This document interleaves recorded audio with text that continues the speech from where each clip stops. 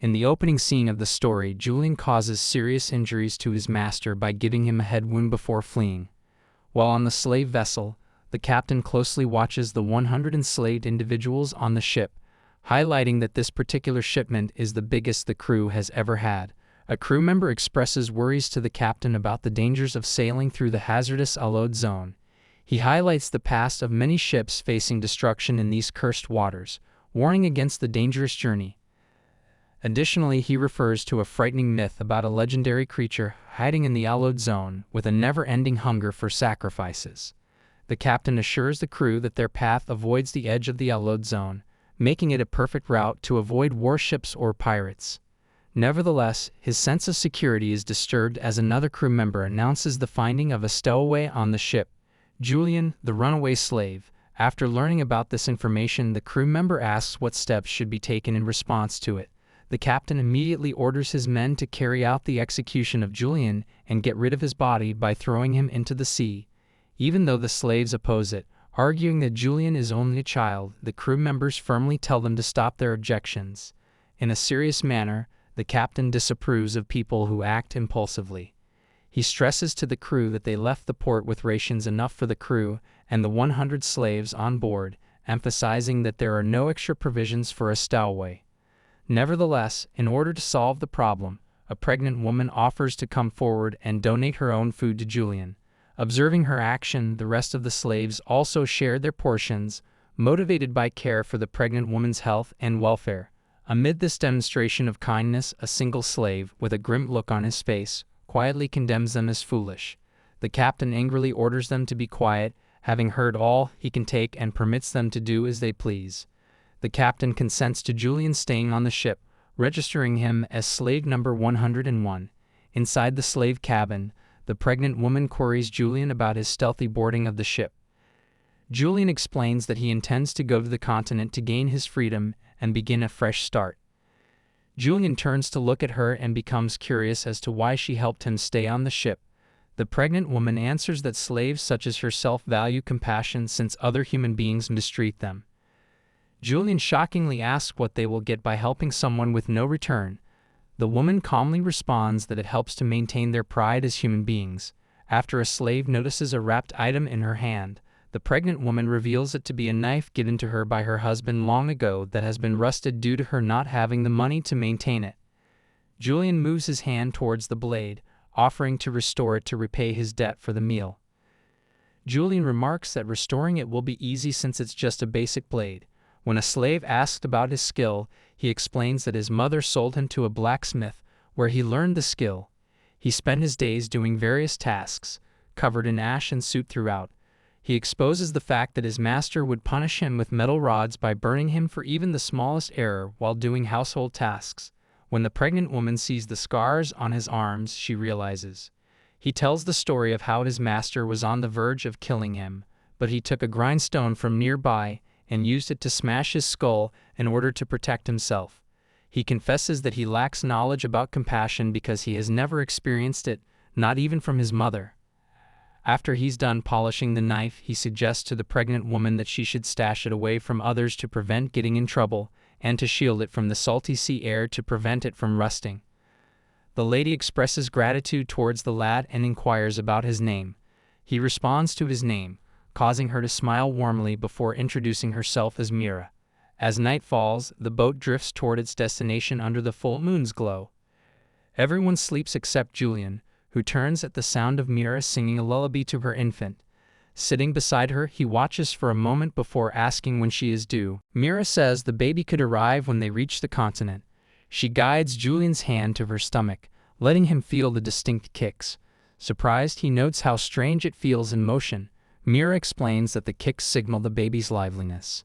With a sad smile, she confesses her only wish for her child to be safe and happy, even at the cost of her own well-being. As long as that wish comes true, she's willing to endure any hardship. Upon hearing this, Julian becomes confused and struggles to accept it. Mira is worried and gently touches his cheek while inquiring about his unease. Julian expresses with sadness that he is uncertain, but he feels a tightness in his chest. He sadly remembers how his mother betrayed him by selling him, believing it was just a regular thing. Now that he is aware that mothers similar to her can love their children, he finds it difficult to believe. Upon hearing this, Mira's eyes well up with tears as she reaches out to grab his hand and hugs him tightly. Mira sadly informs him that he was raised in this cruel world and it has been difficult, but there is no need for him to lose hope. She desires for him to understand this explicitly moving forward. She comforts him by reminding him that love and kindness exist in the harsh world he inhabits, urging him to keep faith in humanity. Not long after, Julian lies down to rest and notices the comforting warmth of Mira's movements. The next day, a crew member on the deck instructs the slaves to begin cleaning the deck as part of their chores. A slave asks for permission to provide Mira with a pass, explaining it would be harmful for her physically. However, the crew member refutes the statement that she won't receive her food if she doesn't work. Julian, silently listening, volunteers to also handle her tasks in addition to his own. However, he is harshly struck in the face by the crew member because he believed he had a voice in the situation. However, Julian attempts to persuade him by emphasizing his ability to accomplish more tasks than a pregnant woman. The man allows him but warns that if any error is made, he will take action to harm him. Worried about his well-being, Mira questions him about his condition. Julian gazes at her, wanting her to get some rest to ensure a safe delivery for her baby. Upon hearing this, Mira's face brightens and she expresses her gratitude. Slaves are watching Julian as he completes the task assigned to both him and Mira. Later, in their cabin, an elderly slave refuses his meal so Julian can eat. Another servant, concerned for his health, also offers his portion out of kindness. Julian tries to return the bread, but the old man refuses, insisting he won't take food from a boy. Mira gently explains that he means Julian should eat without guilt. That night, Julian notices Mira once again awake, softly singing a lullaby. He inquires if she is unable to get rest. She informs him that she needs to be in an upright position to rest because lying down causes her to feel sick. Julian commends her for bravely in the challenging responsibility of bearing a child and admires her as incredible. Mira confesses that she has never been praised so sincerely before. However, she rejects the claim of being a great mother and informs him that she had a son who was the same age as him but was murdered by traitors. She discloses that he passed away shielding her from slave traders while she was pregnant. Regrettably, she informs him that she is a mother who is unable to rescue her own son. She continues to recall his gorgeous smile, even now. Sadly, she acknowledges she has failed as a mother, yet her son sacrificed his life for the baby. She prays that delivering her baby safely is the minimum she can achieve. Nevertheless, her anxiety and sorrow linger. She voices her uncertainties about whether her baby will be able to find joy in the current world they reside in. Julian rises to his feet, stating that parents mean everything to their children. Gently touching Mira's cheek, he senses the depth of her love for her baby and assures her that the child will find happiness. Holding her close, he promises to pray for the baby's well-being. She clings to him, grateful for his support. Later, while working, he watches Mira care for her baby on the deck and has a revelation. There is no love more genuine than a mother's. When you begin to care for someone, it is because you have developed a strong bond with them. He is able to feel the connection between Mira and her infant. However, he is distressed to realize that he was betrayed by his own mother, and he never experienced the unconditional love and unbreakable connection that should exist between a mother and her child. He is scared at the thought that he may never experience such a connection again in his lifetime. As night falls, the slaves realize the sun has completely vanished, leaving them in total darkness. A crew member warns them sternly, if they don't finish their tasks, they won't eat. With no choice, they continue working. Later, Mira calls Julian over to admire the starry sky. He stares in awe, his expression filled with wonder at the dazzling expanse above. As he remains captivated, Mira watches him with warmth in her eyes.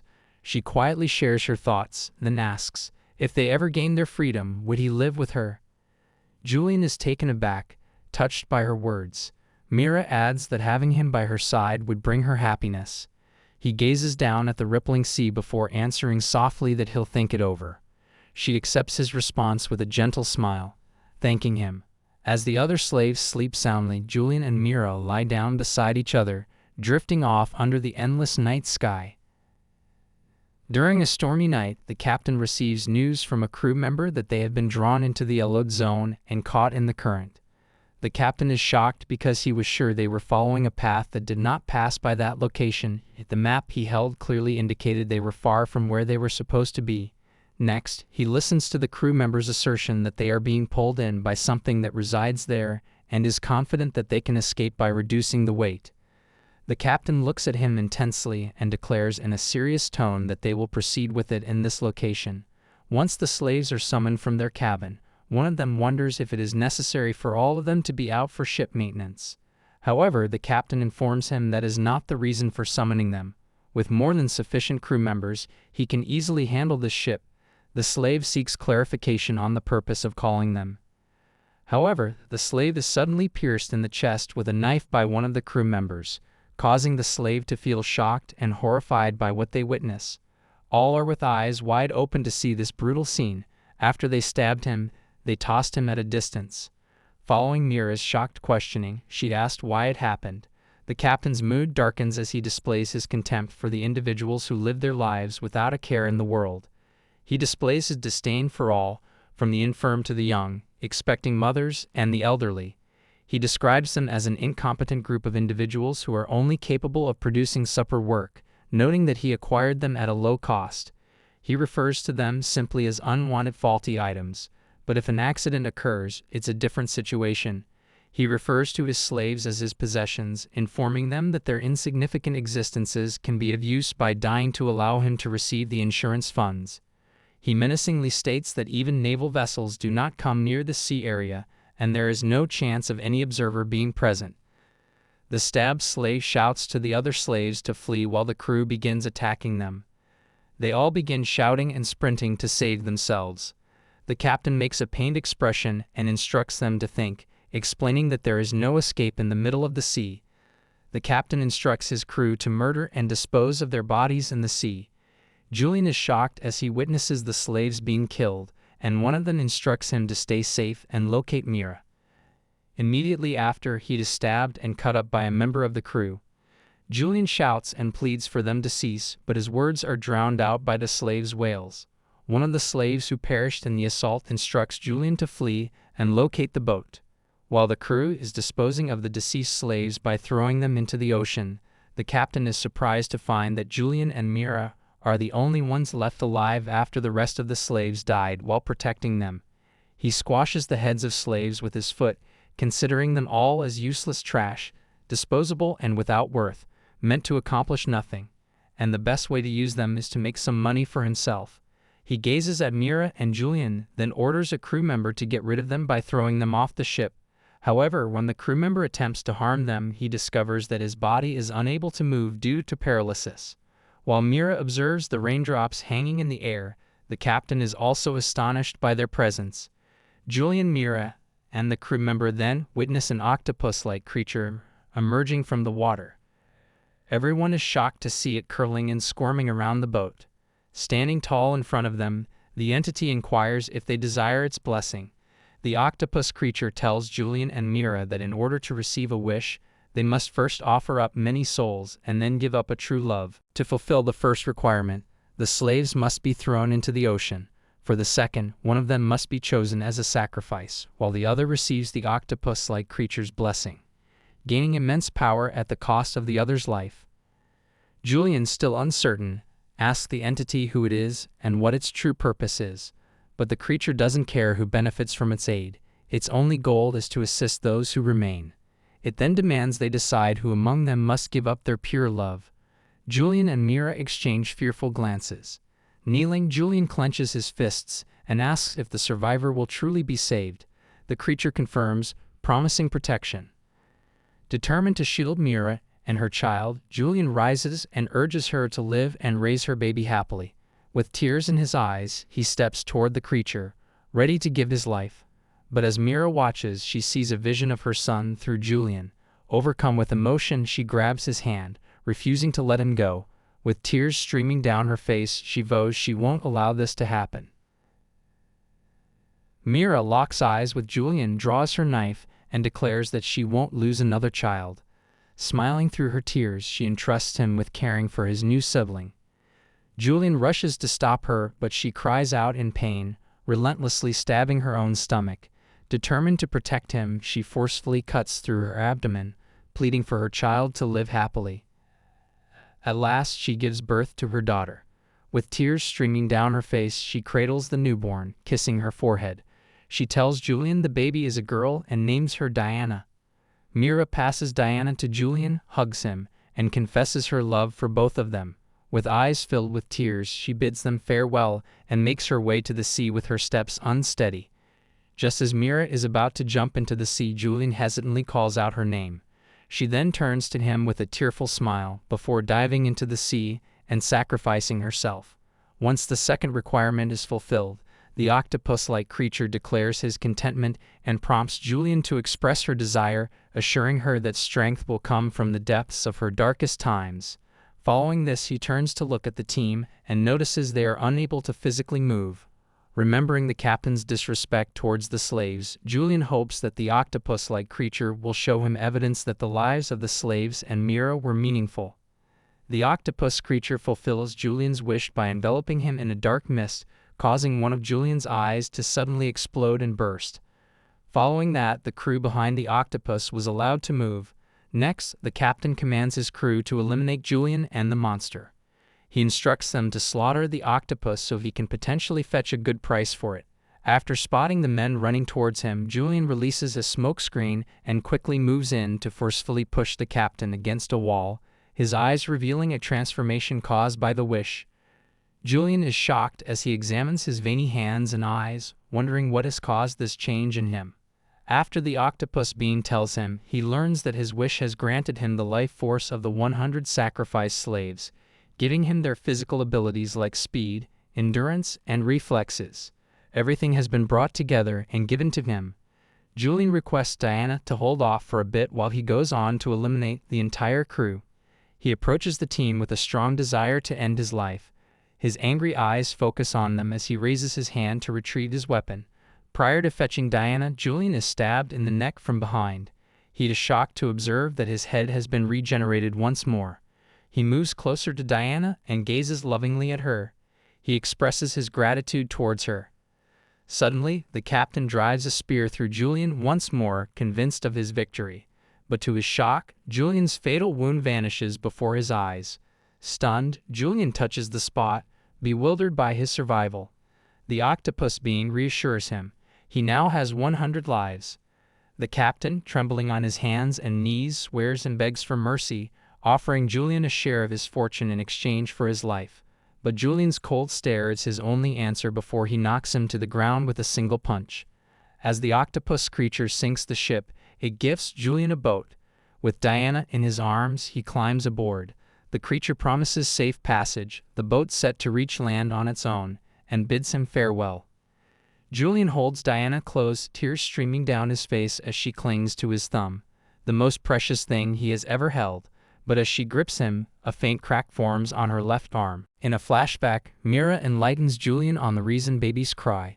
They're basically tiny humans with no words, just tears. This revelation leaves Julian shaken, so he asks for some clarification. Mira tells him they cry loudly to beg for attention and prevent abandonment.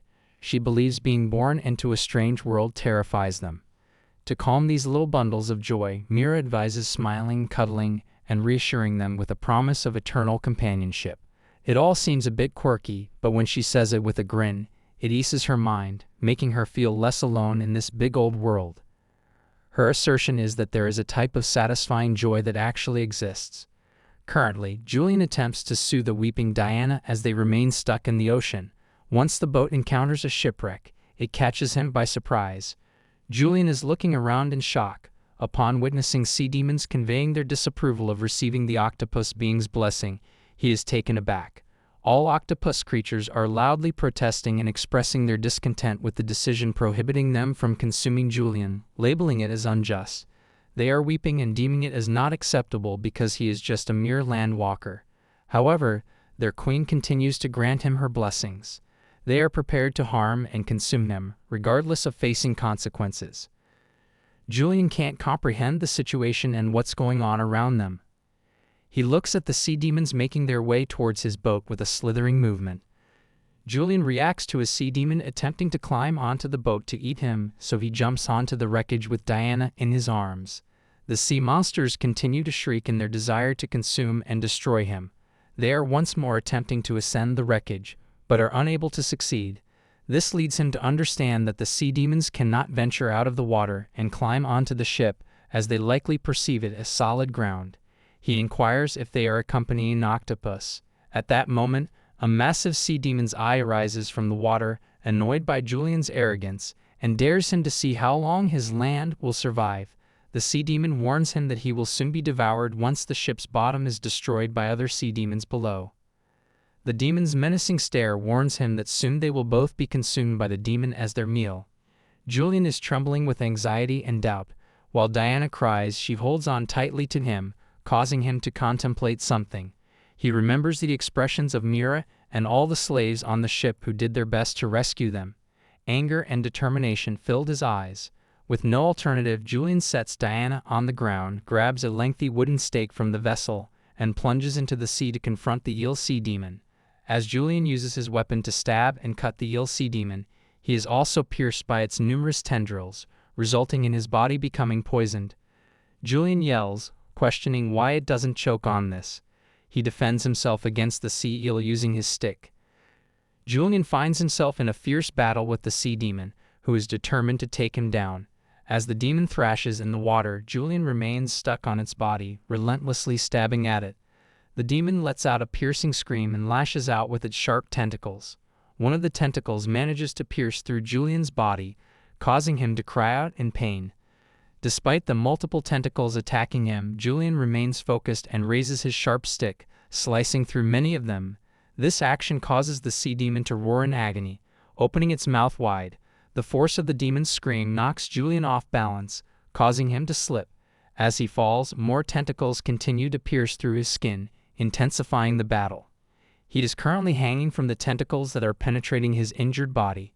He reflects on his inability to match the speed of the attacks. He seizes hold of one of the tentacles and firmly squeezes it in his grasp. He slices the tentacle, causing the sea demon to beg for release. This further upsets Julian, and he refuses to release his grip. Twisting the tentacles, he makes the demon scream in agony. All of a sudden, Julian experiences a sensation of blurred vision and notices changes occurring in his body. He is experiencing muscle spasms and a lack of coordination as he observes the tentacles of the sea eel and the blood seeping from them.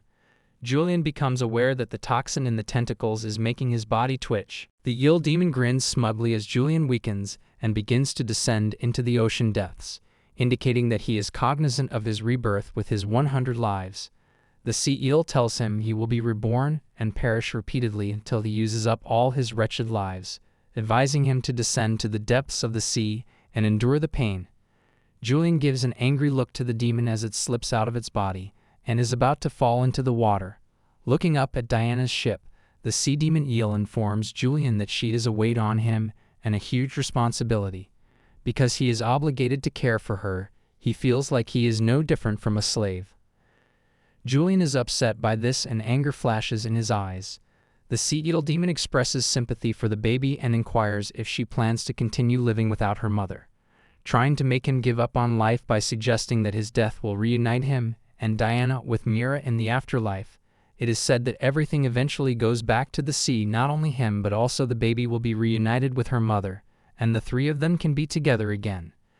Julian begins to succumb to the sea demon's persuasion, pondering if it is indeed real that he will reunite with everyone and be with Mira. If he dies here, he will always remember that day and recall everything vividly.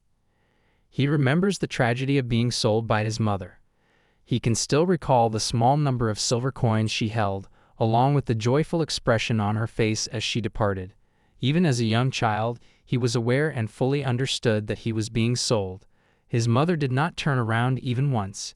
He recalls the pain from his burns, along with the icy cold experienced while sleeping in a livestock barn during winter, with tears in his eyes.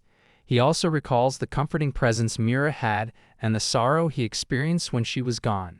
In the current moment, while he is falling, he begins to experience hallucinations and visualizes Mira standing in front of him. He observes Mira with a smile, inviting him to join her by opening her arms. His body continues to convulse from the poison, while he reflects on his desire for companionship that did not involve being abandoned by someone. Each of these painful memories make him disoriented and allow his body to fall without control. As Julian begins to give up on life, he hears Diana's cries from the upper deck while the sea demons keep wreaking havoc on the ship. He recalls what Mira said about the significance of a baby's cry, that it is their way of expressing their needs, and they cry intensely when feeling lonely and in need of someone. It leads to his awakening from the illusion. The sea demon also becomes aware of his eyes, indicating that he has awoken from his dream. Julian breathes in all the air around him, attempting to expel the poison and spasms in his body. The demon of the deep sea remains convinced that hiding is useless because it's already too late. Julian quickly moves towards the smokescreen he released and delivers a punch to the eel sea demon. The sea demon is startled and starts to question how he can achieve greater feats. Julian violently collides with the sea eel's body and employs a wooden stake to divide it in two. The demon questions if it successfully removed the poison along with the smoke screen, after inserting the stick into its body and sprinting to its head.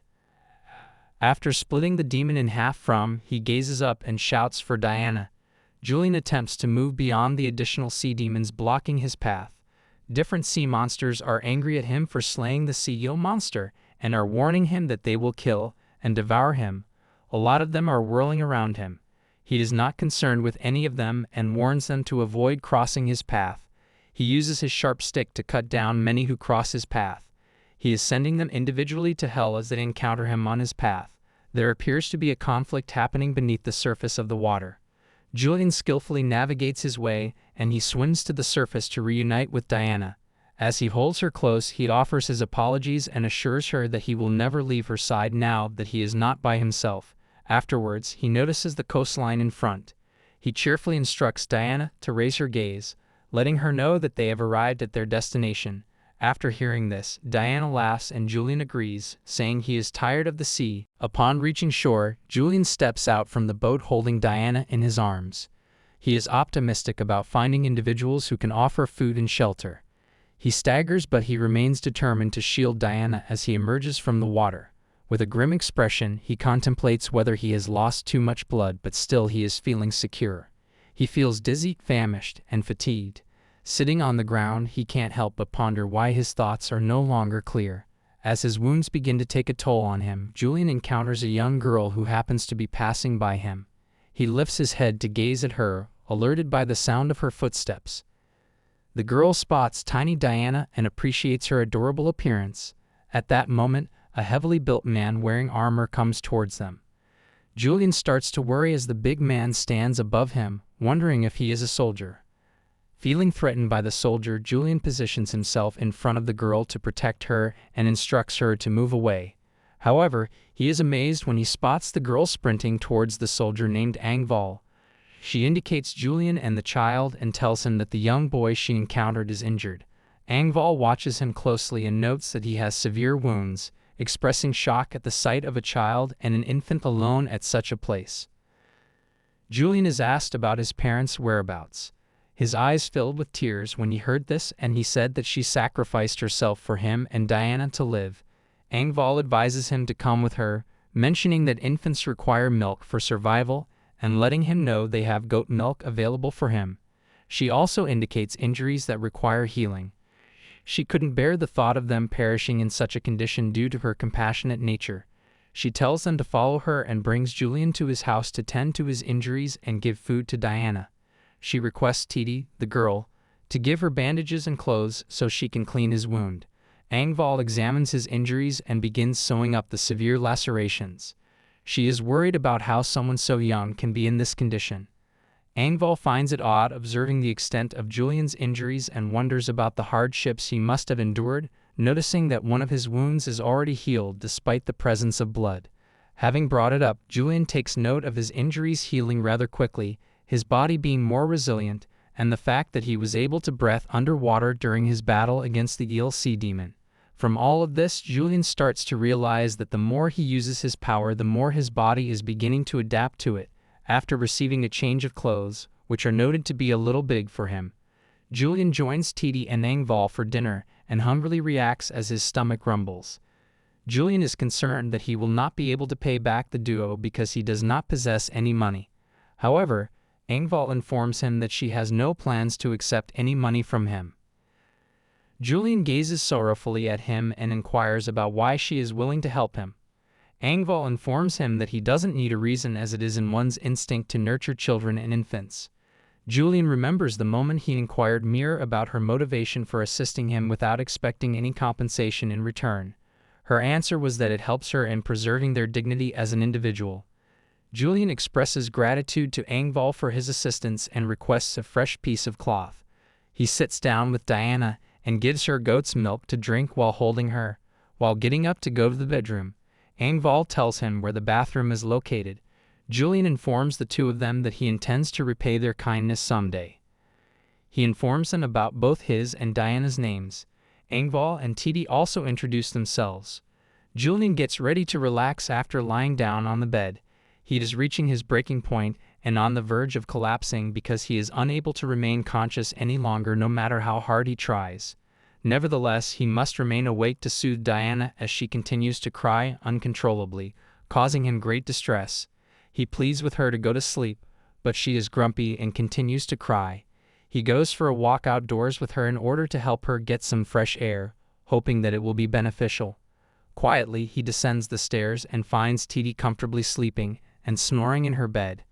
He strolls towards the shore outside in an attempt to soothe Diana. He glances around and spots Engvall's armor off to the side. Julian soon comes across a woman washing herself in the water outdoors, recognizing that it is Engvall without her armor. Engvall inquires his reason for walking outdoors during the nighttime. Julian explains how Diana continues to cry without stopping. Observing Engvall's womanly figure, he confesses that he initially mistook her for a man. Engvall clarifies that she always wears her armor because it is her responsibility as a soldier to serve her nation. Once she is dressed, Engvall inquires if Julian has anything on his mind. Diana begins crying once more, and she remains agitated. Engvall observes him and mentions that she can feel that he becomes serious whenever he gazes at Diana. Julian admits to Diana that he is the one to blame for her, not knowing that her mom is dead instead of him. Diana is too young to cry and protest against this. He feels consumed by sadness for being the one who survived in place of Mira. He regrets depriving them of the opportunity to live as mother and daughter and create a real family together. After hearing this, Engvall informs Julian that family is not determined by blood, citing her and Titi's relationship as evidence. She clarifies that family is created by an individual and isn't predetermined or fixed, then inquires about the life he imagines for Diana. Julian gazes at Diana's innocent expression and expresses his desire to provide her with everything he has lost and never experienced in his own life. He conveys his wish to provide her with items like a house, meals, money, independence, and affection. He desires for her to experience a life without concerns and for her to witness a world void of pain. Engvall informs him that he must battle in order to achieve that dream. Julian unexpectedly inquires about what he will need to battle for. In a serious voice, she tells him that the world is harsh and there is no time for hesitation or space for guilt in this life they inhabit. He must provide for her in order to support and care for her, which is essential for her well-being and joy. Perhaps in the future he will find it within himself to grant himself forgiveness. She informs him that the sole method to achieve that is by making money through employment. She reassures him that money can bring happiness and urges him to trust her, despite Julian's skepticism. Engvall recommends that he looks for a job that he can handle afterwards. However, at the moment Engvall comforts Julian by patting his head and advising him to relax. She recommends that he not attempt to handle everything by himself and says to wait until he is no longer consumed by sorrow. Putting her hand on his hair, she assures him that she will look after him while his wounds heal. Julian expresses gratitude and reveals he has encountered few compassionate individuals apart from the 100 slaves he knew. Engvall is shocked to hear her laugh at the sight of such a high number. Half a year later, Titi calls out to Julian that lunch is ready, prompting him to get ready to meet up with her. Prior to turning back, he observes Diana catching sight of something in the woods, but continues on to the house as he does not see anything there. A goat in the forest watches Julian leaving, while Diana is the only one who notices something lurking in the shadows. Julian reflects on his past, when he was treated like an animal. A vivid flashback shows a young Julian overhearing his master discussing buying a child slave. The other person objects, calling it immoral, but the master dismisses the concern, claiming that discarding Julian when he becomes useless is an act of mercy. With a cruel laugh, he reveals that Julian was sold by his own mother. To the master, Julian had hit rock bottom, so far gone that escape was impossible. In his eyes, death would be a kindness. Currently, Julian informs Engvall that it's about time for him to start working, as he has been depending on her for the past 6 months. He expresses his willingness to earn money in order to repay her for her kindness and to save up for Diana's future. Engvall nods in agreement and proposes to visit a neighboring village to inquire about job opportunities. After deciding on this course of action, Julian, Titi, and Engvall make their way to the nearby village. Unfortunately, a resident of the village turns down Julian's request for work, citing his belief that Julian is not fit for the job. The villager sees Julian as an arrogant young man who is incapable of handling responsibilities. He fears that Julian would only cause trouble and be a nuisance to the village. Julian is desperate for work and is willing to do anything they ask of him.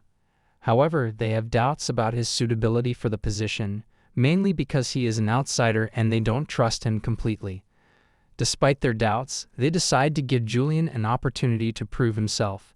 Julian inquires about the type of work he will be doing, and they lead him to a cave where iron is mined. Unfortunately, one of the entrances to the cave has collapsed and is blocked. They instruct Julian to start by removing the large rocks that are obstructing the mining cave. The villager explains to him that if he can complete the task within a day, they will hire him. He informs Julian that fortunately the depth is only 10 meters. However, he warns him to remember that the boulders become bigger as he goes deeper. Engvall protests angrily, feeling that the task is unjust and impossible for even an adult to accomplish. He mentions that they are being too harsh on him. In reply, the villager casually remarks that nobody is forcing him to do it. Julian embraces the challenge and immediately starts working.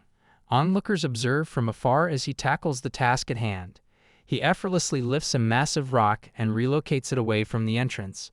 Although he found the first boulder relatively easy to handle, he remains confident that he can continue this momentum. As the day progresses, Julian remains fully engrossed in removing the boulders, heavily panting and grunting due to the sheer intensity of the job. His face glows with sweat, and the pain in his eyes is evident. Julian is currently facing the challenging task of clearing out more than half of the debris inside the cave. As he makes his way to remove another bag of rocks, an unexpected slip causes him to fall to the ground, scattering the rocks everywhere. He grunts and pants, feeling too weak to stand up after the fall. This frustrating situation drains his energy. However, a sudden vision of his fellow slaves behind him ignites a newfound determination within Julian. He gathers the rocks once again, carefully placing them into a bag and tightly gripping it in his hands. However, because of this condition, he struggles to rise to his feet and is exerting every ounce of his energy to stand. Not being able to obtain it, he resorts to crawling on the ground with the bag. He grits his teeth in frustration, unable to do anything. He begins questioning the necessity of working so hard that he feels like he's on the verge of collapsing.